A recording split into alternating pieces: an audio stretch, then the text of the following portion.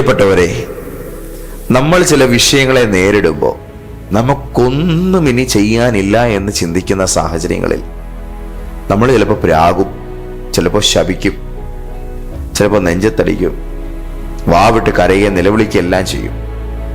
എന്നാൽ അങ്ങനെയുള്ള ചില സാഹചര്യങ്ങളിൽ ദൈവത്തിൻ്റെ പ്രവൃത്തി കഴിഞ്ഞു പോയിട്ടില്ല, കർത്താവിനൊരു അവസരം നൽകാൻ നിങ്ങൾ റെഡിയാണെങ്കിൽ, നിങ്ങൾ ശപിക്കുന്ന, നെഞ്ചത്തടിക്കുന്ന, ഹൃദയമുരുകി നിലവിളിക്കുന്ന ആ വിഷയത്തിൽ ഒരതിശയത്തിൻ്റെ പുത്തൻ അധ്യായം തുറന്നു തരാൻ അവിടുന്ന് സന്നദ്ധനാണെന്ന് പറഞ്ഞേക്കാൻ പറഞ്ഞ യേശു. യാക്കോബിന്റെ ലേഖനത്തിൽ വായിക്കുന്ന ആ വചനത്തിലേക്കാണ് ഇന്ന് കർത്താവ് നമ്മളെ കൊണ്ടുപോകുന്നത്. 1-ാം അധ്യായം 5-ാം വചനത്തിലേക്ക്. ലോകത്തിന്റെ പല കോണുകളിൽ ഇന്ന് ഈ ദൈവസ്വരം കേൾക്കാൻ കാത്തിരിക്കുന്ന എൻ്റെ എല്ലാ പ്രിയപ്പെട്ട സഹോദരങ്ങൾക്കും, ഓരോ ദിവസവും ഈ പ്രവചനദൂതിനു വേണ്ടി പ്രാർത്ഥിക്കുന്ന എൻ്റെ എല്ലാ പ്രിയ സഹോദരങ്ങൾക്കും, ആദ്യമായി കാണുന്നവർക്കും ഒരുപാട് സ്നേഹത്തോടെ, ഒത്തിരി സന്തോഷത്തോടെ എൻ്റെ കർത്താവും രക്ഷകനുമായ യേശു ക്രിസ്തുവിൻ്റെ ഉന്നത നാമത്തിൽ ഇന്നത്തെ നമ്മുടെ ഈ പ്രവചനദൂതിലേക്ക് സ്നേഹവന്ദനം. യാക്കോബിന്റെ ലേഖനം 1-ാം അധ്യായം 5-ാം വചനം. നിങ്ങളിൽ ഒരുത്തന് ജ്ഞാനം കുറവാകുന്നുവെങ്കിൽ ഭത്സിക്കാതെ എല്ലാവർക്കും ഔദാര്യമായി കൊടുക്കുന്നവനായ ദൈവത്തോട് യാചിക്കട്ടെ, അപ്പോൾ അവന് ലഭിക്കും. ഔദാര്യമായി കൊടുക്കുന്ന ദൈവത്തോട് യാചിച്ചാൽ ലഭിച്ചിരിക്കും. ഔദാര്യമായി കൊടുക്കുന്ന ദൈവത്തോട് യാചിക്കണം. വേറെ വഴിയിൽ പോയി യാചിച്ചാൽ ആക്ഷേപങ്ങളേക്കാൻ സാധ്യതയുണ്ട്. എവിടെ യാചിക്കണം, എവിടെ കൈനീട്ടണം, ഉത്തരം വളരെ വ്യക്തമായി പറയുന്നു.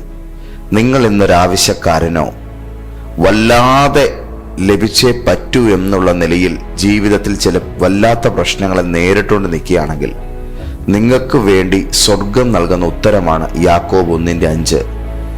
കുറവാണെങ്കിൽ ചോദിച്ചോ, ഔദാര്യമായി നൽകുന്ന ഒരു ഉറവിടമുണ്ട്. സ്നേഹം നിറഞ്ഞവരെ, നമ്മുടെ ജീവിതത്തിൽ നമുക്ക് വേണ്ടത് പലതും കഷ്ടപ്പെട്ട് മേടിക്കുന്ന ഒരു പ്രവണത നമുക്കുണ്ട്. പൈസ ഇങ്ങനെ കുറേശ്ശെ കൂട്ടിവെച്ച് ഏറ്റവും ഒടുവിൽ അതൊരു നല്ല തുകയാകുമ്പോൾ അങ്ങനെ പോയി മേടിക്കുന്ന ഒരു സമീപനം നമുക്കുണ്ട്.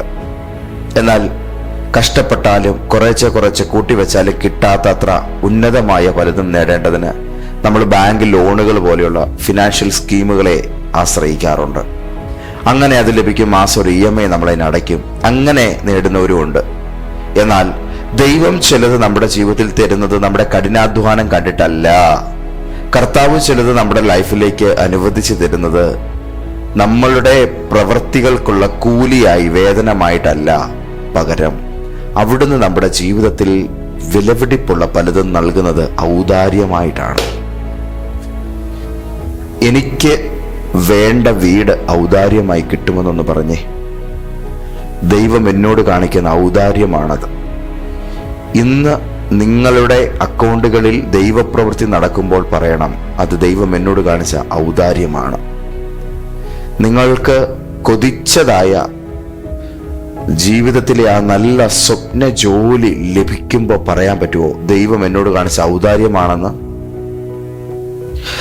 കഴിഞ്ഞ ഒരു 2 ആഴ്ചയ്ക്ക് പുറകിൽ എൻ്റെ ഓഫീസിൽ വന്നൊരു ചെറുപ്പക്കാരൻ എന്നെ കണ്ടപ്പോൾ എന്നോട് പറഞ്ഞു, ഇന്ന് ഞാനിരിക്കുന്ന ജോലിയും ഇന്ന് ഞാൻ താമസിക്കുന്ന വീടും സംവിധാനങ്ങളുമൊക്കെ ഫസ്റ്റ് എൻ്റെ അച്ഛൻ ഒരു സാധാരണ നാട്ടിൻപുറത്തുകാരനായ ഒരു കൂലിവേല ചെയ്യുന്ന ഒരാളായിരുന്നു.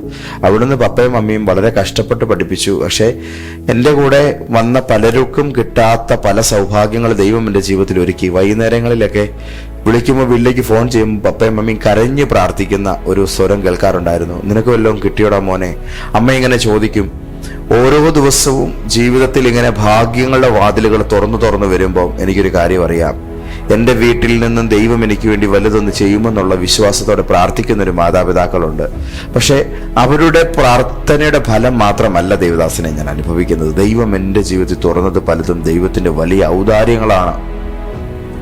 നമ്മുടെ പ്രാർത്ഥനകൾക്ക് അതീതമായത് ദൈവം ചെയ്യും. നമ്മുടെ ആഗ്രഹങ്ങൾക്കുപരിയായത് ദൈവം നൽകും. നമ്മൾ സ്വപ്നം കണ്ടതിനേക്കാൾ മീതെ നമ്മുടെ ലൈഫിൽ കർത്താവ് തുറന്നു തരും. ഇവിടെ ഈ തിരുവെടുത്ത് ഇന്ന് രാവിലെ നിങ്ങളോട് പറയുന്നു, നിങ്ങളുടെ ജീവിതത്തിൽ പലതും നിങ്ങൾക്ക് പരിമിതമായിരിക്കാം. ജ്ഞാനം കുറവുള്ള മനുഷ്യർ, അവർക്ക് വേണ്ടത്ര പ്രായോഗിക പരിജ്ഞാനമോ അറിവോ വിദ്യാഭ്യാസമോ ഒരു കാര്യം എങ്ങനെ ചെയ്യണമെന്നോ ഒന്നും അറിയത്തില്ല. അങ്ങനെയുള്ള സാഹചര്യത്തിൽ അങ്ങനെയുള്ള മികവ് കുറഞ്ഞ കഴിവ് കുറഞ്ഞ മനുഷ്യരെ ഭത്സിക്കേണ്ട. അങ്ങനെയുള്ളവരെ ഭത്സിക്കാതെ എന്ത് ചെയ്യണം? എല്ലാവർക്കും ഔദാര്യമായി കൊടുക്കുന്ന ദൈവത്തോട് യാചിക്കണം. ജ്ഞാനം ദൈവം തരും, കൃപാവരം ദൈവം തരും, സമ്പത്ത് ദൈവം തരും, സ്റ്റാറ്റസ് കർത്താവ് തരും, അഭിമാനമുള്ള ജീവിതം കർത്താവ് തരും, ഉത്തമമായ കുടുംബം ദൈവം തരും, ആഗ്രഹിക്കുന്ന ജോലി കർത്താവ് തരും, ആഗ്രഹിക്കുന്ന നിലയിലുള്ള അഭിഷേകത്തിലേക്ക് ദൈവം നിങ്ങളെ വളർത്തും. കർത്താവിൻ്റെ കയ്യിൽ നിന്നും കിട്ടാത്തതായിട്ട് ഇന്നൊന്നുമില്ല. ഇന്നലെ രാവിലെ പാലക്കാട്ട് നിന്ന് വളരെ നേരത്തെ ഒരു ദൈവദാസനെ കാണാൻ വേണ്ടി വന്നു. അദ്ദേഹത്തിന്റെ കുറെ വിഷമങ്ങൾ പറഞ്ഞ് പ്രാർത്ഥിക്കുന്ന സമയത്ത് ദൈവത്തിന്റെ പരിശുദ്ധാത്മാവ് എന്നോട് പറഞ്ഞു, 5 അടി താഴ്ചയിലുള്ള ഒരു ഉറവ എന്നെ കർത്താവ് കാണിച്ചിട്ട് പറഞ്ഞു, മുറ്റത്ത് 5 അടി താഴ്ചയിൽ ഒരു ഉറവയുണ്ടെന്ന് നിങ്ങൾ കണ്ടെത്തുന്നത് ഒരു കിണർ കുഴിക്കുമ്പോഴാണ്. പക്ഷേ നിങ്ങൾ കിണർ കുഴിച്ച് ചെല്ലുമ്പോഴല്ല ആ ഉറവ ഒഴുകാൻ തുടങ്ങിയത്. നേരത്തെ മണ്ണ് മൂടി കിടക്കുമ്പോഴും ആ ഉറവയുടെ ചാൽ അതുവഴിയുണ്ട്. ഈ കിണറിന് സ്ഥാനം കാണുന്നവരെങ്ങനെ അത് കാണുന്നേ? നിലവിലുള്ള ഒരു ജലത്തിന്റെ സാന്നിധ്യത്തെ തിരിച്ചറിഞ്ഞിട്ടാണ് ഇവിടെ കിണർ കുഴിക്ക് വെള്ളം കിട്ടുമെന്ന് ഒരു ഉറപ്പ് പറയുന്നത്. നിലവിലുള്ള ഒരു ചാലിനെ തെളിച്ചെടുക്കാൻ വേണ്ടി 5 അടി താഴ്ചയിലുള്ള ഒരു ഉറവ കണ്ടെത്താൻ 5 അടി താഴ്ച വരെയുള്ള മണ്ണെടുത്ത് മാറ്റലാണ് ഒരു കിണർ കുഴിക്കുന്ന പ്രോസസ്സ് എന്ന് പറയുന്നത്. അത് കുഴിച്ച് ചെല്ലുമ്പോൾ ഉറവ കണ്ടെത്തുന്നു. പുതുതായിട്ട് പൊട്ടിപ്പുറപ്പെടുകയല്ല, പകരം ഉള്ളത് തെളിച്ചെടുക്കുകയാണ്. നിങ്ങളുടെ ലൈഫിൽ ദൈവം പലതും ചൊരിഞ്ഞ് കഴിഞ്ഞിട്ടുണ്ടെന്നുള്ളതായ ബോധ്യം ഇന്ന് രാവിലെ ഉണ്ടാകട്ടെ. കഴിഞ്ഞ ദിവസം പത്തനാപുരത്ത് ഒരു ഭവനം പ്രാർത്ഥിച്ചു കൊടുക്കാൻ വേണ്ടി ചെന്നു. അവിടെ ചെന്നപ്പോൾ അമ്മ എന്നോട് പ്രാർത്ഥിച്ചിട്ട് ഞാൻ ഇവിടുന്ന് സംസാരിച്ചിരിക്കുമ്പോൾ എന്നോട് പറഞ്ഞു, പാസ്റ്ററെ, ചർച്ചിലെത്തി ഒരു സൺഡേ മീറ്റിംഗിൽ പാസ്റ്റർ താഴും താക്കോലും പ്രാർത്ഥിച്ചു നിന്നപ്പോൾ ഞാൻ എഴുന്നേറ്റ് നിന്നവളാണ്. വർഷങ്ങളായുള്ള എൻ്റെ ഒരു ആഗ്രഹമായിരുന്നു ഇതുപോലൊരു വീട്. എന്നാൽ അന്ന് അതിന് ദൈവം ചില മുഖാന്തരങ്ങളെ ഒരുക്കി. എനിക്കൊരു നിർബന്ധം ഉണ്ടായിരുന്നു, ഈ വീട് എനിക്ക് പ്രാർത്ഥിച്ച് തുറന്നു തരുന്നത് ദൈവദാസനായിരിക്കണം. അതെൻ്റെ ജീവിതത്തിൽ കർത്താവ് ഒരുക്കി. എന്നിട്ട് ആ സ്ത്രീയോട് പറഞ്ഞൊരു വാക്കുണ്ട്, ഇത്രയും വർഷം എൻ്റെ ജീവിതത്തിൽ നടക്കാത്തൊരു കാര്യമാണ് ഇപ്പോൾ നടന്നത്. എൻ്റെ കയ്യിലെ സമ്പത്തിന്റെ മേന്മ കൊണ്ടോ മറ്റു കാര്യങ്ങൾ കൊണ്ടോ ഒന്നും എനിക്കിപ്പോൾ ഇത് നേടാൻ കഴിയുമായിരുന്നില്ല.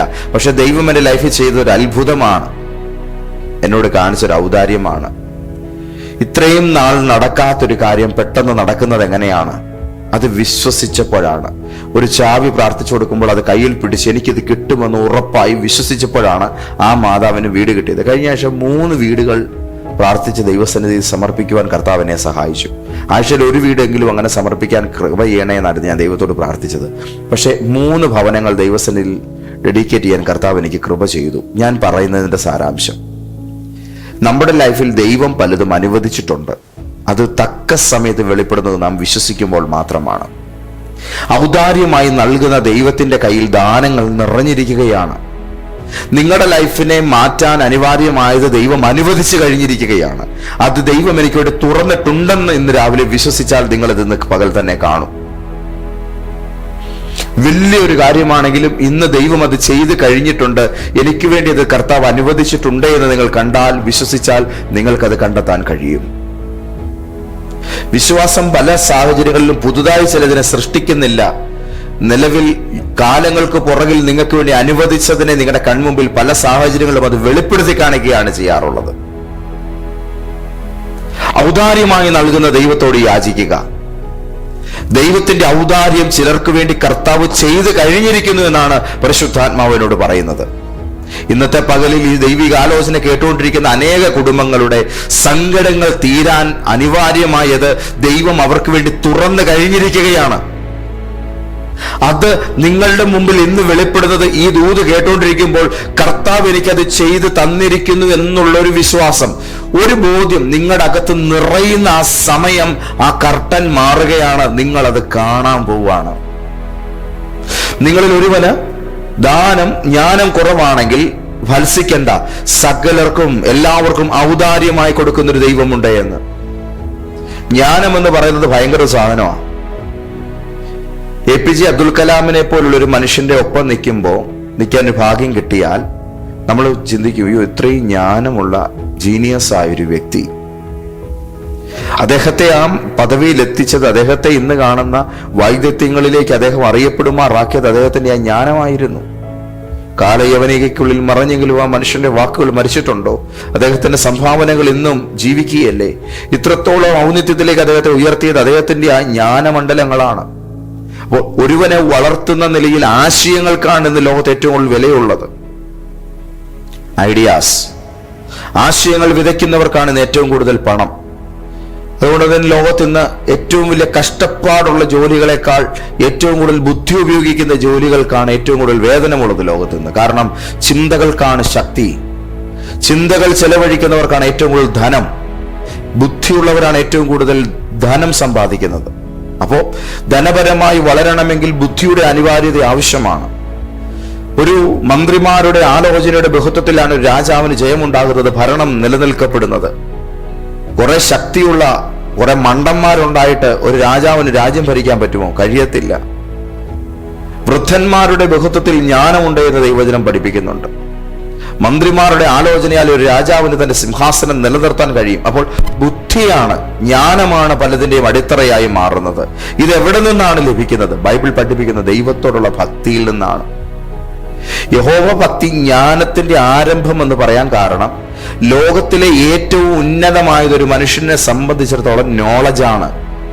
ഈ നോളജ് ദൈവത്തിൽ നിന്ന് കിട്ടും. ദൈവത്തോടുള്ള ഭക്തിയിൽ നിന്നാണ് അതിന്റെ ഉറവകൾ ആരംഭിക്കപ്പെടുന്നതെന്ന് ബൈബിൾ പഠിപ്പിച്ചാൽ, ഇന്ന് ലോകത്ത് കാണുന്ന ഏറ്റവും വലുത് ദൈവത്തോടുള്ള ഭക്തിയിൽ നിന്ന് നിങ്ങൾക്ക് നേടാമെന്നാണ് പറയുന്നതിന്റെ അർത്ഥം. ഈ ജ്ഞാനത്തെക്കാൾ ചെറുതാണ് ലോകത്തുള്ള മെറ്റീരിയൽ തിങ്സ് എല്ലാം തന്നെ. ലോകത്ത് എല്ലാ കാര്യങ്ങളും 2 തവണ സൃഷ്ടിക്കപ്പെടുന്നു. എന്റെ കയ്യിൽ കിടക്കുന്ന ഈ വാച്ച് ഒരു മിടുക്കന്റെ തലച്ചോറിലാണ് ആദ്യം ഉണ്ടായത്. ആ ജ്ഞാനമാണ് ഈ സാധനത്തെ ബാഹ്യലോകത്തേക്ക് കൊണ്ടുവന്നത്. ഞാനിരിക്കുന്ന കസേര 2 തവണ സൃഷ്ടിക്കപ്പെട്ടു. ആദ്യം ഇത് ഒരു ചിന്താമണ്ഡലത്തിൽ ഏതോ ഒരു മിടുക്കന്റെ ചിന്തയിലാണ് ഇത് ഉണ്ടായത്. അതിനുശേഷമാണ് ഇത് ഭൂമിയിലേക്ക് ജന്മമെടുത്തത്. ഈ ഷൂട്ട് ചെയ്തുകൊണ്ടിരിക്കുന്ന ക്യാമറ വലിയൊരു ആശയമായിട്ടാണ് ആദ്യം ജനിച്ചത്. ബുദ്ധിമണ്ഡലങ്ങളിലാണ്. അവിടെ നിന്നാണ് ഇത് ഇന്ന് കാണുന്ന രൂപത്തിലേക്ക് അപ്ഡേറ്റഡ് ആയി വന്നിരിക്കുന്നത്. നിങ്ങളുടെ ജീവിതത്തിൽ ഇന്ന് നിങ്ങൾക്ക് വേണ്ടതെല്ലാം ദൈവം ഈ നിലയിലാണ് സംവിധാനം ചെയ്യുന്നത്. ജ്ഞാനത്തിൽ പലതും പണിയപ്പെടുന്നു. അതുകൊണ്ട് ബൈബിൾ പഠിപ്പിക്കുന്നുണ്ട്, ജ്ഞാനം കൊണ്ട് ഭവനം പണിയുന്നു, വിവേകം കൊണ്ട് അത് സ്ഥിരമായി വരുന്നു, പരിജ്ഞാനം കൊണ്ട് അതിന്റെ മുറികളിൽ സകലവിധ സമ്പത്തും നിറയുന്നു. എങ്ങനെ വീട് പണിയുന്നേ? കട്ടയും സിമെന്റ് ഉപയോഗിച്ച്. അതല്ലേ നമ്മൾ മനസ്സിലാക്കി വെച്ചിരിക്കുന്നത്. ബൈബിൾ അതല്ല പറയുന്നത്. ജ്ഞാനം കൊണ്ടാണ് ഭവനം പണിയുന്നത്. എങ്ങനെയത് സ്ഥിരമാകുന്നത്? വിവേകത്താലാണ് അത് സ്ഥിരമാകുന്നത്. എങ്ങനെയാ പണിതിട്ടിരിക്കുന്ന വീട്ടിൽ സമ്പത്ത് കയറുന്നത്? പരിജ്ഞാനം കൊണ്ട്. കാര്യങ്ങൾ നേരാവണ്ണം ചെയ്യാനുള്ള പ്രായോഗിക ജ്ഞാനം, അതിനെയാ പരിജ്ഞാനം എന്ന് വിളിക്കുന്നത്. അതിനാലാണ് സമ്പത്ത് നിറയുന്നത്, പോക്കറ്റ് കാലിയാകാതിരിക്കുന്നത്, കൈ നല്ല നിലയിൽ നിൽക്കുന്നത്, മറ്റുള്ളവരുടെ മുമ്പിൽ അഭിപ്രായങ്ങളും ആശയങ്ങളും പറയാൻ, തൻ്റെതായ തീരുമാനങ്ങൾ മെനഞ്ഞെടുക്കാൻ നിങ്ങളെ പ്രാപ്തരാക്കുന്നത് പരിജ്ഞാനമാണ്. നിങ്ങളുടെ ബിസിനസ്സിനെ വിജയിപ്പിക്കുന്നത്, അതിനുള്ള ഐഡിയാസ് കിട്ടുന്നത് പരിജ്ഞാനത്തിൽ നിന്നാണ്. നിങ്ങളുടെ പുതിയ വിപണന തന്ത്രങ്ങളെ ഡിസൈൻ ചെയ്യാൻ നിങ്ങളെ പ്രാപ്തന്മാരാക്കുന്നത് പരിജ്ഞാനമാണ്. ഇത് ദൈവത്തിൽ നിന്നാണ് കിട്ടുന്നത്. പരിശുദ്ധാത്മാവ് നമുക്ക് നൽകുന്ന ഏറ്റവും ശക്തമേറിയ കൃപാവരങ്ങൾ ജ്ഞാനത്തിന്റെയും പരിജ്ഞാനത്തിന്റെയും ആത്മവരങ്ങളാണ്. ഇത് ദൈവത്തിൽ നിന്നും വരുന്നതാണ്. Praise the Lord, praise the Lord, praise the Lord. അപ്പോൾ ഏറ്റവും ഉന്നതമായത് ജ്ഞാനമാണെങ്കിൽ ഏറ്റവും ഉന്നതമായത് ദൈവത്തോടുള്ള ഭക്തിയിൽ നിന്ന് കിട്ടും. ഫൽസിക്കേണ്ട, ഔദാര്യമായ ദൈവം നൽകുമെന്ന് ബൈബിൾ പറയുന്നു. ലോകത്തൊരു മനുഷ്യൻ ജ്ഞാനിയായി തീർന്നു, ലോകത്തിലെ ഏറ്റവും വലിയ സമ്പന്നനായി തീർന്നു. അതിന് തക്കവണ്ണം അയാളുടെ ലൈഫിൽ സംഭവിച്ചു മാറ്റും. ഒരു രാത്രി അയാൾ കിടന്നുറങ്ങി എന്നുള്ളതാണ്. ഉറക്കത്തിലാണ് ദൈവം അയാൾക്ക് പ്രത്യക്ഷനായത്. ആ മനുഷ്യന്റെ പേരാണ് കിങ് സോളമൻ. ഒന്നുറങ്ങി, നേരം വെളുത്തപ്പോൾ ലോകത്തിലെ ഏറ്റവും വലിയ സമ്പന്നൻ. ഒന്ന് സുഖമായി ഉറങ്ങി, നേരം വെളുത്തുണർന്നപ്പോൾ ലോകത്തിലെ ഏറ്റവും വലിയ ജ്ഞാനി. ദൈവത്തോടുള്ള ഭക്തി ജ്ഞാനത്തിന്റെ ആരംഭമാണ്. ഈ ജ്ഞാനം ലഭിക്കുന്നത് യഹോവ ഭക്തിയിൽ നിന്നാണ്. ഔദാര്യമായിട്ടാണ് ദൈവം ഇത് നൽകുന്നത്. ഏറ്റവും വലുത് ഔദാര്യമായി തരുമെങ്കിൽ ഏറ്റവും ചെറുത് എത്രയധികം. നേടാൻ പ്രയാസമുള്ളത്, പ്രാപിക്കാൻ ബുദ്ധിമുട്ടേറിയത്, സ്വീകരിക്കാൻ ഏറ്റവും കാലതാമസം നേരിടുന്നത് ജ്ഞാനമാണ്, അറിവാണ്. അത് പ്രാപിച്ചെടുക്കാൻ ദൈവം അതൊരു മനുഷ്യന് ഔദാര്യമായി കൊടുക്കുമെന്ന് ബൈബിൾ പഠിപ്പിക്കുന്നു. ഇന്ന് രാവിലെ ദൈവത്തിൻ്റെ ആത്മാവ് പറഞ്ഞത്, നിന്റെ ജോലി സ്ഥലത്ത് നിനക്ക് ചെയ്യുവാൻ അറിയാൻ വയ്യാത്ത കാര്യത്തെ മികച്ച നിലയിൽ ചെയ്യുവാൻ കർത്താവ് നിന്നെ സഹായിക്കും. കുറച്ച് നാളുകൾക്ക് മുമ്പ് ബോംബെയിൽ നിന്ന് ഒരു ദിവസം എൻ്റെ ശുശ്രൂഷ കണ്ട ഒരു സഹോദരൻ എന്നെ വിളിച്ചു. അദ്ദേഹം എന്നോട് പറഞ്ഞു, ഞാൻ അംബാനി ഗ്രൂപ്പിൻ്റെ ഒരു പ്രത്യേകമായ ഒരു വലിയൊരു ഹാളിനകത്ത് അവർക്ക് വേണ്ട ഒരു 26ഓളം ഓട്ടോമാറ്റിക് ഡോറുകളുടെ സംവിധാനം ഞാൻ ചെയ്യുകയാണ്. എൻ്റെ ബിസിനസ് അതാണ്. ഇത്രയും ഡോറുകൾ വെച്ചതിൽ 2 എണ്ണം സ്റ്റക്കായിട്ട് നിൽക്കുകയാണ് പാസ്റ്ററെ. അതിൻ്റെ ഏറ്റവും മികച്ച അറിവുള്ള ആൾക്കാർ വന്ന് അതിൻ്റെ എഞ്ചിനീയേഴ്സ് വന്ന് നോക്കിയിട്ടും അവർക്കത് മനസ്സിലാകുന്നില്ല. യൂറോപ്പിൻ്റെ ഏതോ കോണിൽ നിന്ന് ഇനിയും അതിന് വേണ്ടതായ സംവിധാനങ്ങളുമായി ആൾക്കാർ വരണം. അതിനി കാലതാമസം എടുക്കും. അതിവിടുന്ന് മെയിൽ അയച്ച് റിപ്പോർട്ട് പോയിട്ടൊക്കെ ശേഷമേ അത് നടക്കത്തുള്ളൂ. വിളിച്ചു പറഞ്ഞാൽ നടക്കത്തില്ല. ഈ കാര്യം നടന്നില്ലെങ്കിൽ എൻ്റെ പണം എനിക്ക് നഷ്ടപ്പെടും, അവർ പേയ്മെന്റ് തരത്തില്ല. പ്രാർത്ഥിക്കാവൂന്ന് ചോദിച്ചു. ഈ വിഷയത്തിനു വേണ്ടി പ്രാർത്ഥിക്കാൻ വേണ്ടി തയ്യാറാകുമ്പോൾ അന്ന് രാവിലെ ഞാൻ ധ്യാനിച്ചത് അപ്പോസ്തല പ്രവൃത്തികളുടെ പുസ്തകം 12-ാം അധ്യായമായിരുന്നു. അന്ന് വളരെ സന്തോഷത്തോടെ ഇങ്ങനെ വായിച്ചു വരുമ്പോൾ ദൈവത്തിന്റെ ആത്മാവ് എന്നെ ഒരു വാക്ക് കാണിച്ചു. ദൂതൻ കാരാഗ്രഹത്തിൽ ഇറങ്ങിയപ്പോൾ കാരാഗ്രഹത്തിന്റെ വാതിൽ സ്വതവേ തുറന്നു. പത്രോസിന്റെ മുമ്പിൽ സ്വതവേ തുറന്നു എന്നുള്ളതിന്റെ മൂലഭാഷ തപ്പിച്ചെന്നപ്പോൾ അവിടെ കണ്ട വാക്ക് ഓട്ടോമാറ്റോസ് എന്ന വാക്കാണ്. ഓട്ടോമാറ്റോസ് എന്ന വാക്കിൽ നിന്നാണ് ഓട്ടോമാറ്റിക് എന്ന വാക്കുണ്ടായത്. അതായത് നമ്മളിപ്പോൾ വലിയ വലിയ കടകളിലേക്കൊക്കെ കയറി ചെല്ലുമ്പോൾ നമ്മൾ കയറി ചെല്ലുമ്പോഴേ ഇങ്ങനെ സ്വതവേ തുറക്കുന്ന വാതിലില്ലേ, ഒരു സെൻസർ മുകളിൽ സെറ്റ് ചെയ്തിട്ട് നമ്മളെ കാണുമ്പോൾ അതിങ്ങനെ സ്വയം ഇങ്ങനെ തുറക്കുന്ന ആ സംവിധാനം 2024 വർഷത്തിന് പുറകിൽ ദൈവത്തിന്റെ ദൂതന്മാരുടെ കയ്യിൽ ആ സ്കീം ഉണ്ടായിരുന്നു. അന്ന് തള്ളി തുറക്കാതെ, ബലത്തിന് തുറക്കാതെ ദൂതൻ ഇറങ്ങി വരുമ്പോൾ ഏത് ഡോറും സ്വതവേ തുറക്കുന്ന ഒരു ടെക്നോളജി ദൈവദൂതന്മാരുടെ കയ്യിലുള്ളതായിട്ട് ഞാനിങ്ങനെ ധ്യാനിച്ചിരിക്കുമ്പോഴാണ് ഈ ഫോൺ കോൾ വരുന്നത്.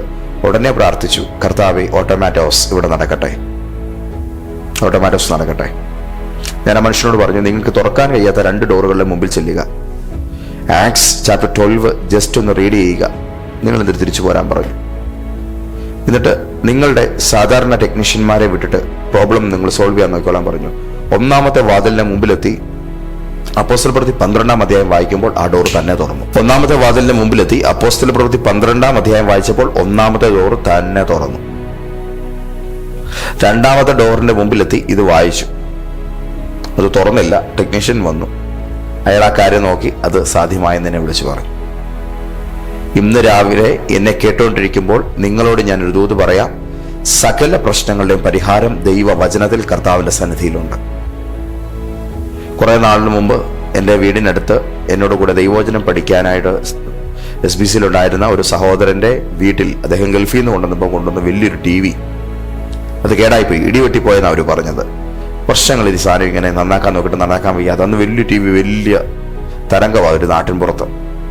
ഇതിങ്ങനെ വീടിനകത്ത് ഇങ്ങനെ ഒരു കാഴ്ചവസ്തുവായിട്ട് പ്രവർത്തിക്കാത്ത ഈ സാധനം ഇങ്ങനെ എടുത്ത് വെച്ചേക്കുക. ഒരു ദിവസം വൈകുന്നേരം ഞാൻ അദ്ദേഹത്തോട് പറഞ്ഞു, നമുക്ക് ഈ TV ശരിയാക്കണ്ടേ? അപ്പം അദ്ദേഹം പറഞ്ഞു, ആരെ കൊണ്ട് ശരിയാക്കിക്കാനാ, എടുത്ത് കളയുക രക്ഷയുള്ളൂ, ശരിയാകത്തില്ല. നമുക്കൊന്ന് പ്രാർത്ഥിച്ചാലോ, മരിച്ചതിനെ ദൈവം ജീവിപ്പിക്കത്തില്ലേ? ഒരു പ്രാർത്ഥന, ആ സാധനം പ്രവർത്തിച്ചു. എൻ്റെ നാട്ടിലുള്ള പ്രകാശ് ലൈസാമ ദമ്പതികളുടെ വീട്ടിൽ ദൈവം ചെയ്തൊരു കാര്യമാണ് ഞാൻ ഈ പറഞ്ഞത്. നിങ്ങളുടെ ജീവിതത്തിൽ എത്ര കൈവിട്ട പോയ കാര്യത്തിനകത്തും ദൈവത്തിനൊരു സാധ്യതയുണ്ട്. ഔദാര്യമായി തരാൻ ദൈവത്തെ കൊണ്ട് കഴിയും. ചില കാര്യങ്ങളുടെ പരിഹാരങ്ങൾ കർത്താവ് സംവിധാനം ചെയ്തിരിക്കുക, അത് ഓട്ടോമാറ്റിക്കലി വരും. ചില ഉറവുകൾ ദൈവം തുറന്നു വെച്ചിരിക്കുകയാണ്, അത് നിങ്ങൾക്ക് വേണ്ടി വെളിപ്പെട്ട് വരും. നിങ്ങൾ മണ്ണെടുത്ത് മാറ്റുക, ഉറവ കാണുമെന്ന് പറയുന്നത് പോലെ നിങ്ങൾക്ക് ഇന്ന് പകൽ വേണ്ടത് ദൈവത്തിന്റെ സന്നിധിയിലുണ്ട്. ഔദാര്യമായി നൽകുന്നവനായ ദൈവത്തോട് യാചിക്കുക. ഏറ്റവും വലുത് ജ്ഞാനമാണ്. ആ ജ്ഞാനം ദൈവത്തിൽ നിന്ന് ഔദാര്യമായി കിട്ടുമെങ്കിൽ ബാക്കിയെല്ലാം ലഘുവായി തന്നെ കിട്ടും. നിങ്ങൾ ആഗ്രഹിക്കുന്ന പരീക്ഷയിലുള്ള ജയം അത് കർത്താവ് തരും. കർത്താവിന്റെ ആത്മാവിനെ കാണിക്കുന്നുണ്ട്. ഈ മാസം 13-ാം തീയതിയോട് അടുത്ത് ചില പരീക്ഷകൾക്ക് സന്നദ്ധരാകുന്ന ചില വിദ്യാർത്ഥികളുടെ ജീവിതത്തിൽ, ഉദ്യോഗാർത്ഥികളുടെ ലൈഫിൽ ദൈവത്തിന്റെ ആത്മാവ് ഒരു വലിയ ജയത്തെ തുറക്കുന്നൊരു കാഴ്ച ഞാൻ ആത്മാവിൽ കാണുന്നു. കർത്താവ് നിങ്ങൾക്ക് വേണ്ടി അതിനെ ചെയ്യാൻ പോവുകയാണ്. ഹല്ലേലൂയ. രണ്ടാമതായി ദൈവത്തിന്റെ പരിശുദ്ധാത്മാവിനോട് പറയുന്നു, ഇന്ന് ഈ ശുശ്രൂഷ കണ്ടുകൊണ്ടിരിക്കുന്ന ഒരു കുടുംബം, അവരിപ്പോൾ ഒരു വലിയൊരു വീടിന്റെ ഒരു സൈഡിൽ ഇങ്ങനെ ചരിച്ച് റൂഫുള്ള ഒരു സ്ഥലത്ത് ഷീറ്റ് ഇറക്കിയിട്ടിരിക്കുന്നിടത്ത് അതിൻ്റെ നോക്കി നടത്തിപ്പുകാരെന്ന നിലയിൽ വളരെ സങ്കടപ്പെട്ട് കഴിഞ്ഞുകൂടുകയാണ്. നിങ്ങളുടെ കാലാവധി തീരുകയാണ്, നിങ്ങൾ പോകാൻ തയ്യാറാകുകയാണ്. എന്നാൽ നിങ്ങൾക്ക് പോകാനൊരിടമില്ല. എന്നോട് ദൈവത്തിൻ്റെ ആത്മാവ് പറയുന്നു, ഒരു സമ്മാനമായി നിങ്ങൾക്കൊരു ഇടം ദൈവം തരാൻ പോകുകയാണ്. ഒരു ഗിഫ്റ്റ് നിങ്ങൾക്ക് ലഭിക്കുമെന്ന് പരിശുദ്ധാത്മാവ് പറയുന്നു. നിങ്ങളുടെ ലൈഫിൽ ആ കാര്യം ദൈവത്തിൻ്റെ ആത്മാവ് നിങ്ങൾക്ക് വേണ്ടി ചെയ്യും. ചില നിയമപരമായ വിഷയങ്ങൾ പോലെയുള്ള ചില കേസുകളുമായി ബന്ധപ്പെട്ട് ദൈവത്തിൻ്റെ ഒരു പ്രവൃത്തി ഇന്ന് നടക്കുന്നുണ്ട്. ഇന്ന് 2 മണി എന്ന സമയത്തിന് ശേഷം ചില വലിയ ദൈവിക വിടുതലുകൾ അത്തരത്തിലുള്ളതായ പ്രശ്നങ്ങളുടെ മേൽ നടക്കുമെന്ന് ദൈവത്തിൻ്റെ ആത്മാവിനോട് സംസാരിക്കുന്നു. പ്രിയപ്പെട്ടവരെ, ഈ ആഴ്ചയിലെ ബുധനാഴ്ച ദിവസം വളരെ പ്രധാനപ്പെട്ടതാണ് നിങ്ങളുടെ ലൈഫിൽ. നിങ്ങൾ ചില മാസങ്ങളായി, ഒരു 4 മാസമായി പുറകെ നടന്നിട്ട് എത്ര ഡോക്യുമെന്റുകൾ ക്ലിയർ ചെയ്ത് കൊടുത്തിട്ടും ശരിയാകാത്ത ചില ലീഗൽ ഇഷ്യൂസ്, ചില നിങ്ങൾക്ക് വേണ്ടി അനുവദിക്കപ്പെടേണ്ടതായ ചില ഫണ്ടുകൾ, ചില കമ്പനിയുമായി ബന്ധപ്പെട്ട ബിസിനസ്സുമായി ബന്ധപ്പെട്ട ചില ഡീലർഷിപ്പുകൾ, ഇങ്ങനെയൊക്കെയുള്ളതായ ചില വിഷയങ്ങളുടെ മേലൊരു ദൈവ പ്രവൃത്തി നിങ്ങൾക്ക് കാണാൻ കഴിയുന്നത് ഞാൻ ആത്മാവിൽ അറിയുന്നു. ഈ വരുന്ന ബുധനാഴ്ച നിങ്ങളുടെ ലൈഫിൽ ആ ദൈവിക വിടുതലിന് കൊണ്ടാകും. ഈ 2-3 കാര്യങ്ങൾ ഇങ്ങനൊരു പൊതു മിനിസ്ട്രിയിൽ പറയേണ്ടതായിട്ടുണ്ടോ? പെട്ടെന്ന് കർത്താവ് ഓർമ്മിപ്പിച്ചതിനാൽ മാത്രം പറഞ്ഞതാണ്. ഏറ്റവും ഉന്നതമായ ജ്ഞാനം ഔദാര്യമായിട്ടാണ് ദൈവം തരുന്നതെങ്കിൽ ബാക്കിയുള്ളതും അതുപോലെ തന്നെയാണ്. സ്വന്തം പുത്രനെ ആദരിക്കാതെ നമുക്കെല്ലാവർക്കും വേണ്ടി ഏൽപ്പിച്ചു തന്നവൻ അവനോടുകൂടെ സകലതും നൽകാതിരിക്കുമോ? എൻ്റെ ദൈവം ചിലതിൻ്റെ മാത്രം ദാതാവല്ല. എൻ്റെ കർത്താവ് ചിലതും മാത്രം കൈകാര്യം ചെയ്യുന്ന ആളല്ല. സകലതും അവനെ കൊണ്ട് കഴിയും. നിനക്ക് സകലതും കഴിയും. നിന്റെ ഉദ്ദേശങ്ങളൊന്നും അസാധ്യമല്ല. ഇന്ന് എനിക്ക് തോന്നുന്നു ഈ വചനം പറഞ്ഞ് പ്രാർത്ഥിക്കാം. എല്ലാവർക്കും ഔദാര്യമായി കൊടുക്കുന്നവനായ ദൈവം, എല്ലാവർക്കും ഔദാര്യമായി കൊടുക്കുന്നവനായ ദൈവം. ഞങ്ങളുടെ കുടുംബത്തിലെ 2 കുഞ്ഞുങ്ങളുടെ സംഭവം ഞാൻ നിങ്ങളോട് പറഞ്ഞിട്ടില്ലേ? LKG UKG മുതൽ 4ാം ക്ലാസ് വരെ ഒന്നും പഠിക്കുകയില്ലാത്ത കുഞ്ഞിനെ അപ്പൻ എടുത്തിട്ട് എന്നും അടിക്കുന്നൊരു കാഴ്ചയാണ് ഞാൻ ഞങ്ങളുടെ ഒരു കുടുംബത്തിൽ കണ്ടത്. ഒരു ദിവസം എൻ്റെ വേദവിദ്യാഭ്യാസ കാലത്ത് ഞാൻ ആ വീട്ടിലായിരുന്നപ്പോൾ എന്നോട് അദ്ദേഹം പറഞ്ഞു, ഒന്ന് പ്രാർത്ഥിക്കാവോ മാർക്ക് വേണ്ടി? ഈ ചെറുക്കനാണെ ഒന്നും പഠിക്കുകയില്ല. അന്ന് ആ കുഞ്ഞിൻ്റെ തലയിൽ കൈവച്ച് ഞങ്ങൾ പ്രാർത്ഥിച്ചു. ഞാൻ ആ മാതാപിതാക്കളെ കൊണ്ട് ആ കൊച്ചിനെ അനുഗ്രഹിപ്പിച്ചു. SSLCക്കും +2നും അവന് ഫുൾ A+ ആയിരുന്നു. 1 രൂപ പോലും മുടക്കില്ലാതെ അവൻ എഞ്ചിനീയറിങ്ങിന് അഡ്മിഷൻ കിട്ടി. ഇന്ന് ഏറ്റവും പ്രഗത്ഭനായി അവൻ പഠിച്ച് വിജയിച്ച് കയറി വന്നുകൊണ്ടിരിക്കുകയാണ്. ദൈവം നമ്മുടെ ജീവിതത്തിൽ ജ്ഞാനത്തെ നമ്മുടെ തലമുറകളിൽ ചൊരിയും. നിങ്ങളുടെ കുഞ്ഞിന് വൈകല്യങ്ങളുണ്ടെങ്കിൽ, ബുദ്ധി വൈകല്യങ്ങളുണ്ടെങ്കിൽ ദൈവം അതിൻ്റെ മേൽ ഒരു വിടുതലയക്കും. കഴിഞ്ഞ ഞായറാഴ്ച ആരാധനയ്ക്ക് ഒരു കുഞ്ഞിനെയും കൊണ്ട് ഒരു പേരൻസ് പ്രാർത്ഥിക്കാൻ വന്നു. ഹസ്ബൻഡും അദ്ദേഹത്തിൻ്റെ അനിയനും അവർ ഫാമിലി ആയിട്ടാണ് വന്നത്. ആ കുഞ്ഞിന് ഓട്ടിസ്റ്റിക് ആണ്, അവന് ബുദ്ധിവൈകല്യമുണ്ട്, അത്തരത്തിലുള്ളതായ പ്രോബ്ലം ഉണ്ടെന്നാണ് ഡോക്ടർമാർ സർട്ടിഫൈ ചെയ്തിരിക്കുന്നത്. പക്ഷെ ആ കുഞ്ഞിനൊരു ആഗ്രഹമുണ്ട്. അവന് മൈക്ക് കണ്ടാൽ എടുത്ത് പാട്ട് പാടാനൊക്കെ ഭയങ്കര ഇഷ്ടമാണ്. അപ്പോൾ ആരാധന കഴിഞ്ഞ് സിസ്റ്റം എല്ലാം ഡിസ്കണക്ട് ചെയ്തിട്ട് മൈക്രോഫോണുകൾ ഇങ്ങനെ സ്റ്റേജിൽ ഇങ്ങനെ നിരത്തി വെച്ചിരിക്കുന്ന സമയത്തായി കുഞ്ഞിനെ കൊണ്ട് പ്രാർത്ഥിക്കാൻ വരുന്നത്. അവനന്നേരം ഈ മൈക്ക് വന്ന് എടുത്തിട്ട് ഇതിങ്ങനെ കൈ പിടിച്ചിട്ട്, അപ്പോൾ എന്നോട് ഈ അപ്പൻ പറഞ്ഞു, ഇവൻ ശബ്ദമൊന്നും പറയത്തില്ല, അക്ഷരങ്ങളൊന്നും പറയത്തില്ല, ഇവനിങ്ങനെ ഓരോ ആക്ഷൻസ് മാത്രമേ കാണിക്കത്തുള്ളൂ. എനിക്ക് ഈ കുഞ്ഞിനെ കണ്ടപ്പോൾ വല്ലാത്തൊരു വേദന ഉണ്ടായി. ഞാൻ ഇവനോട് പ്രാർത്ഥിക്കാൻ വേണ്ടി തീരുമാനിച്ചത്. ഞാൻ ദൈവത്തോട്ടൊരു അടയാളം ചോദിച്ചു. കർത്താവേ, ഇവൻ്റെ ലൈഫിനകത്ത് മാറ്റമോ വിടുതലോ ഉണ്ടെന്നുണ്ടെങ്കിൽ ഇവൻ ഈ സ്റ്റേജിൽ നിന്നുകൊണ്ട് ഒരു വാക്കെങ്കിലും പറയണം. എനിക്കിവൻ്റെ വായിന്ന് ശബ്ദം കേൾക്കണം. ഈ കുഞ്ഞിൻ്റെ ഒപ്പം ഞാൻ കുറച്ചു നേരം നടന്ന് പ്രാർത്ഥിച്ചു. കാരണം അവനെ എടുക്കാനോ പിടിക്കാനോ അവൻ സമ്മതിക്കത്തില്ല. അവൻ ആ സ്റ്റേജൊക്കെ ഇങ്ങനെ ഓടി നടക്കുമ്പോൾ അവൻ്റെ കൂടെ ഞാനും നടന്നു. എന്നിട്ട് ആ കുഞ്ഞിന് വേണ്ടി കുറച്ചു നേരം പ്രാർത്ഥിച്ചു. തല തൊടാനൊന്നും അവൻ സമ്മതിക്കുകയല്ല. അവനിങ്ങനെ ഒരു കുസൃതി കുടുക്കയായിട്ട് ഓടി നടക്കുകയാണ്. ഈ കൊച്ചു കുറച്ചു നേരം കഴിഞ്ഞിട്ട് ഈ മൈക്ക് താഴെ വെച്ചിട്ട് സ്റ്റേജിൽ നിന്ന് ഇറങ്ങിപ്പോയി. പിന്നെയും അതുപോലെ തന്നെ തിരിച്ച് കയറി വന്നിട്ട് ഈ മൈക്ക് എടുത്തിട്ട് അവൻ കുറേ കാര്യങ്ങൾ അങ്ങോട്ട് പറയാൻ തുടങ്ങി. അവൻ്റെതായ രീതിയിൽ ഏതാണ്ടൊക്കെ പറയുകയോ പാടുകയോ കൈകൊണ്ട് ആക്ഷൻ കാണിക്കുകയോ ഏതൊക്കെയോ രീതിയിൽ ആ കുഞ്ഞിൻ്റെ ഒരു നല്ല ഒരു പ്രകടനം ഞാൻ ആ വേദിയിൽ കണ്ടു. ഞാൻ ആ കുട്ടിയുടെ അപ്പനോട് പറഞ്ഞു, ബ്രദറെ, എൻ്റെ പ്രാർത്ഥനയ്ക്ക് ദൈവം ഇപ്പോൾ നൽകിയൊരു മറുപടിയാണിത്. നിങ്ങളുടെ കുഞ്ഞിന് ജ്ഞാനമുണ്ടാകും, നിങ്ങളുടെ തലമുറയുടെ ഭാവി തിരിയും. ഇന്ന് എന്നെ കേൾക്കുന്ന മാതാപിതാക്കളെ, നിങ്ങളുടെ കുഞ്ഞുമായി ബന്ധപ്പെട്ട് ഇത്തരത്തിലുള്ളൊരു പ്രശ്നത്തെ നിങ്ങളെ അലട്ടുന്നുണ്ടെങ്കിൽ ആ സങ്കടത്തിന് ഇന്ന് അവസാനമാണ്. കർത്താവിൻ്റെ ആത്മാവ് ഈ വചനത്തിലൂടെ നമ്മളോട് പറയുന്നു, ജ്ഞാനം ഔദാര്യമായി ദൈവം തരും. ശപിക്കരുത്, ഭത്സിക്കരുത്, പ്രാകരുത്. ദുഷിച്ച വാക്കുകൾ കുഞ്ഞുങ്ങളെക്കുറിച്ച് പറയരുത്. ദൈവം ഔദാര്യമായി അവർക്ക് വേണ്ട കുറവുകളെ നികത്തി നിങ്ങളുടെ തലമുറകളെ ഉയർത്തും. ഇന്നലെ രാത്രിയിലെ സൂം മീറ്റിങ്ങിൽ ഞങ്ങൾ പ്രാർത്ഥിക്കുമ്പോൾ, ഇന്നലെ വൈകിട്ട് ഞങ്ങളോട് ദൈവവചനം പങ്കുവച്ച ഒരു സഹോദരൻ പറഞ്ഞൊരു വാക്ക്, നിങ്ങളുടെ ദേശത്ത് ഏറ്റവും തല ഉയർത്തുന്ന സന്തതികൾ നിങ്ങളുടെ വീട്ടിലെ നിങ്ങളുടെ മക്കളായിരിക്കും. നിങ്ങൾ വസിക്കുന്ന നിങ്ങളുടെ നാട്ടിൽ ഏറ്റവും കൂടുതൽ പ്രശസ്തിയിലേക്ക് വളരുന്നത് നിങ്ങളുടെ കുഞ്ഞുങ്ങളാണെന്ന് നിങ്ങൾക്ക് പറയാൻ കഴിയണം.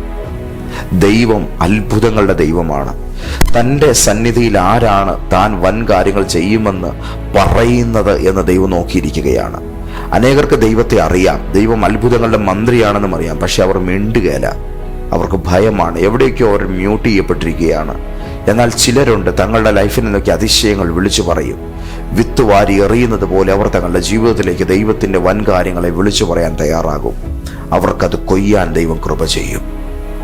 സ്നേഹം നിറഞ്ഞവരെ, ശപിക്കരുത്, ഭത്സിക്കരുത്, പ്രാകരുത്. കാരണം നിങ്ങൾക്കതേ കഴിയത്തുള്ളായിരിക്കാം, പക്ഷെ ദൈവത്തിന് മറ്റൊന്ന് ചെയ്യാൻ കഴിയും. നിങ്ങൾക്ക് ശപിക്കാനും പ്രാകാനും മാത്രം കഴിയുന്ന മേഖലകളിൽ ദൈവത്തിന് ചെയ്യാൻ കഴിയുന്ന കാര്യം, ഒരിക്കലും ശരിയാകത്തില്ലെന്നും ഒരിക്കലും നന്നാകത്തില്ലെന്നും പറയുന്ന അത്തരം മേഖലകളെ ഔദാര്യമായ തന്റെ അനുഗ്രഹങ്ങൾ കൊണ്ട് നിറയ്ക്കാൻ ദൈവത്തെ കൊണ്ട് പറ്റും. യാചിക്കുക, ലഭിക്കുമെന്ന് ബൈബിൾ പഠിപ്പിക്കുന്നു. യാചിക്കട്ടെ, അപ്പോൾ അവന് ലഭിക്കും.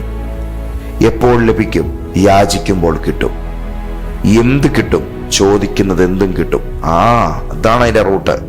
എന്തൊക്കെ കിട്ടും? ആവശ്യമുള്ളതെല്ലാം യാചിച്ചു നോക്ക്, ആവശ്യമുള്ളതെല്ലാം തരും. ചോദിക്കുന്നതിലും നനയ്ക്കുന്നതിലും അത്യന്തപരമായി ചെയ്യും. ദൈവത്തിന്റെ സാന്നിധ്യം നിങ്ങളെ മേലെ ഇറങ്ങുന്നത് ഞാൻ അറിയുന്നുണ്ട് കേട്ടോ. ശരീരത്തിൽ ഇങ്ങനെ കുളിര് കോരുന്നത് പോലെ ദൈവമഹത്വം നിറയുന്നത് ഞാൻ കാണുന്നു. നിങ്ങളെ അക്ഷരാർത്ഥത്തിൽ കർത്താവ് തൊട്ടുകൊണ്ടിരിക്കുകയാണ്. ശരിക്കും നിങ്ങൾ ദൈവത്തിന്റെ സ്പർശനം ഈ പ്രഭാതത്തിൽ അറിയുകയാണ്. എക്സാക്ട്ലി നിങ്ങളോട് കർത്താവ് ഡയറക്റ്റായി സംസാരിക്കുകയാണ്. ദൈവത്തിൻ്റെ ഒരു ഇടപെടൽ നിങ്ങൾക്കിതാ ഉണ്ടാവുകയാണ്. നമുക്ക് ശപിക്കാനും പ്രാകാനുമേ കഴിയത്തുള്ളൂ നാം ചിന്തിക്കും. പക്ഷെ ബൈബിൾ പഠിപ്പിക്കുന്നു അതല്ല. നിങ്ങൾക്കത് മാത്രമേ കഴിയത്തുള്ളായിരിക്കാം. നിങ്ങൾക്ക് പദം പറഞ്ഞ് കരയാൻ മാത്രമേ പറ്റത്തുള്ളായിരിക്കാം. നിങ്ങൾക്ക് നെഞ്ചത്തടിക്കാനേ പറ്റത്തുള്ളായിരിക്കാം. നിങ്ങൾക്ക് ശപിക്കാനേ പറ്റത്തുള്ളായിരിക്കാം. പക്ഷെ ദൈവത്തിന് വൻ കാര്യങ്ങൾ ചെയ്യാൻ കഴിയും.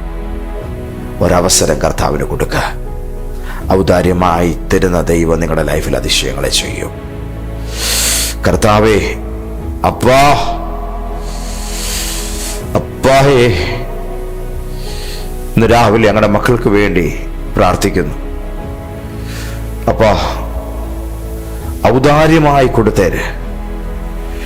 യാചിക്കുന്നതെല്ലാം ഔദാര്യമായി കൊടുത്തേക്കണേ. ഭത്സനകൾക്കും ശാപങ്ങൾക്കും വിധേയപ്പെട്ടവരുടെ ഈ കൂട്ടത്തിൽ ജ്ഞാനം കുറവുള്ളവരുണ്ട്, പരിജ്ഞാനം കുറവുള്ളവരുണ്ട്, ബുദ്ധി വൈഭവമില്ലാത്തവരുണ്ട്, കാര്യങ്ങൾ എനിക്ക് ചെയ്യാൻ അറിയത്തില്ലല്ലോ എന്ന് പറഞ്ഞ് കരയുന്നവരുണ്ട്. കർത്താവേ, ഓഫീസിൽ ടാസ്കുകൾ ഏറ്റെടുത്ത് ചെയ്യുന്നതിൽ തുടർമാനമായി ഫെയിലിയർ ആകുന്നവരുണ്ട്. കർത്താവേ, പല ഇന്റർവ്യൂവിന് പങ്കുചേർന്നിട്ടും ഓരോ ഘട്ടങ്ങൾ ഒരുവിധം ജയിച്ചു വന്നിട്ട് പ്രധാനപ്പെട്ടതിലെത്തുമ്പോൾ പടുകുഴിയിലേക്ക് എന്ന പോലെ തോറ്റുപോകുന്നവരുണ്ട്. കർത്താവേ, ജ്ഞാനം കുറവുള്ള ഇവരുടെ തലകളെ നിന്റെ ഔദാര്യ പരിജ്ഞാന അനുഗ്രഹത്താൽ ഇപ്പോൾ നിറയ്ക്കണമേ എന്ന് ഞാൻ പ്രാർത്ഥിക്കുന്നു.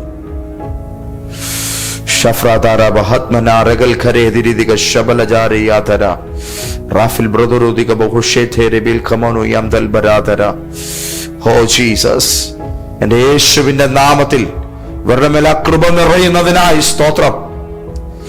ഇവർക്കിന്ന് കുറവുള്ളത് സോഷ്യൽ സ്റ്റാറ്റസ് ആണെങ്കിൽ, പണമാണെങ്കിൽ, അംഗീകാരങ്ങളും അവസരങ്ങളുമാണെങ്കിൽ, ഒരു വേദിയാണെങ്കിൽ, ഒരു ഇടമാണെങ്കിൽ, ഒരു ഓപ്പർച്യൂണിറ്റി ആണെങ്കിൽ, ഇന്ന് ഔദാര്യമായി നൽകുന്ന കർത്താവിന്റെ കൈകളിൽ അത് ഇവർക്കായി തുറന്നു വരുന്നതിനായി സ്തോത്രം. പ്രാർത്ഥനയോടെ സ്നേഹത്തോടെ അങ്ങയുടെ പൊന്നുമക്കളെ അങ്ങയുടെ കൈകളിൽ തരുന്നപ്പ. മഹത്വമെല്ലാം അങ്ങേക്ക്, യേശുവിൻ്റെ നാമത്തിൽ തന്നെ. ആമേൻ.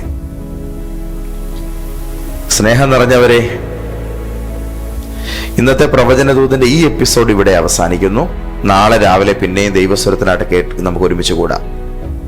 ഈ വരുന്ന ശനിയാഴ്ച പെരുമ്പാവൂരിൽ ജനുവരി 13 നമ്മുടെ വലിയൊരു ശുശ്രൂഷ നടക്കുകയാണ്.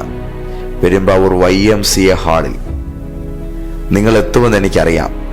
ഞാൻ നിങ്ങളെ കാണാൻ, നിങ്ങളോടൊന്ന് സംസാരിക്കാൻ, അല്പനേരം നമുക്ക് ഒരുമിച്ചൊന്ന് പ്രാർത്ഥിക്കാൻ വളരെ ആഗ്രഹിക്കുന്നു. നിങ്ങൾ വരണം. അതിനുള്ള സംവിധാനങ്ങൾ അവിടെയുണ്ട്. നമുക്കപ്പോൾ പെരുമ്പാവൂര് ഈ വരുന്ന ശനിയാഴ്ച രാവിലെ 10 മണിക്ക് കൃത്യം കാണാം. ഓക്കെ, മറക്കല്ലോ കേട്ടോ. ആ കൂട്ടുകാരോടും പ്രിയപ്പെട്ടവരോടും ഒക്കെ ഒന്ന് പറഞ്ഞേക്കണം. നമ്മളെല്ലാം ഒരുമിച്ച് പെരുമ്പാവൂർക്ക് പോവുകയാണ് ഈ ശനിയാഴ്ച. കോട്ടയത്തുനിന്ന് ഞങ്ങളും വരും. തൃശ്ശൂരും എറണാകുളത്തും ഇടുക്കിയിലുമൊക്കെ ഉള്ളവർ നിങ്ങളും വരിക. നമുക്ക് പെരുമ്പാവൂരിൻ്റെ മണ്ണിൽ ദൈവത്തിൻ്റെ മഹത്വത്തെ ഉയർത്താം. ഓക്കെ. പിന്നെ തൊട്ട് പിറ്റേ ദിവസം ഞായറാഴ്ച കോട്ടയം ഇന്ത്യൻ മെഡിക്കൽ അസോസിയേഷൻ ഹാളിൽ നമ്മുടെ ശുശ്രൂഷ നടക്കുന്നുണ്ട്. അവിടേക്ക് നിങ്ങളെ സാദരം ക്ഷണിക്കുന്നു. അപ്പോൾ എന്നാ നമ്മുടെ നാട്ടിലൊരു കൂട്ടായ്മ ഒരുക്കുന്നേ? അതിൻ്റെ ക്രമീകരണം കൂടെ നിങ്ങൾ ചെയ്യണം. നിങ്ങൾ വസിക്കുന്ന ദേശത്തൊരു ഓഡിറ്റോറിയം നിങ്ങൾക്ക് എടുക്കാമെങ്കിൽ നമുക്കവിടെ ഒരു ദിവസം കർത്താവിൻ്റെ നാമത്തിന് മഹിമയ്ക്കായിട്ട് ഒത്തുകൂടാം. തയ്യാറാണെങ്കിൽ പെട്ടെന്ന് കാര്യങ്ങൾ നിർവഹിച്ചു. കൂടുതലൊന്നും ആലോചിക്കാനില്ല. ഒരു ദിവസം യേശുവിൻ്റെ മഹത്വത്തിന് വേണ്ടി ഞാൻ അങ്ങോട്ട് തീരുമാനിച്ചിരിക്കുന്നു എന്നങ്ങ് ഉറപ്പിച്ച്, കർത്താവെ ഞാൻ ഇറങ്ങുകയാണെന്ന് പറഞ്ഞ് ധൈര്യത്തോടെ ഇറങ്ങുക. ദൈവം അതിൻ്റെ മുഖാന്തരങ്ങളെ ഒരുക്കും. ഈ ചാനൽ ആദ്യമായിട്ടാണോ കാണുന്നത്? എന്നും നിങ്ങളെ തേടി ഈ പ്രവചന ദൂതെത്തുന്നുണ്ട്. എത്രയോ മനുഷ്യരെ ആശ്വാസം പ്രാപിക്കുന്നേ. സ്നേഹം നിറഞ്ഞവരെ, ദൈവം നിങ്ങളെ ധാരാളമായിട്ട് അനുഗ്രഹിക്കട്ടെ. ഇന്നത്തെ ദിവസം മറക്കാനാകാത്തതായിരിക്കും. ശരിക്കും നിങ്ങളെ ജീവിതത്തെ ദൈവം നന്മകൾ കൊണ്ട് നിറയ്ക്കും. നിങ്ങൾ വളരെ അനുഗ്രഹം പ്രാപിക്കും. കർത്താവ് ധാരാളമായി അനുഗ്രഹിക്കട്ടെ. God bless you. ആമേൻ.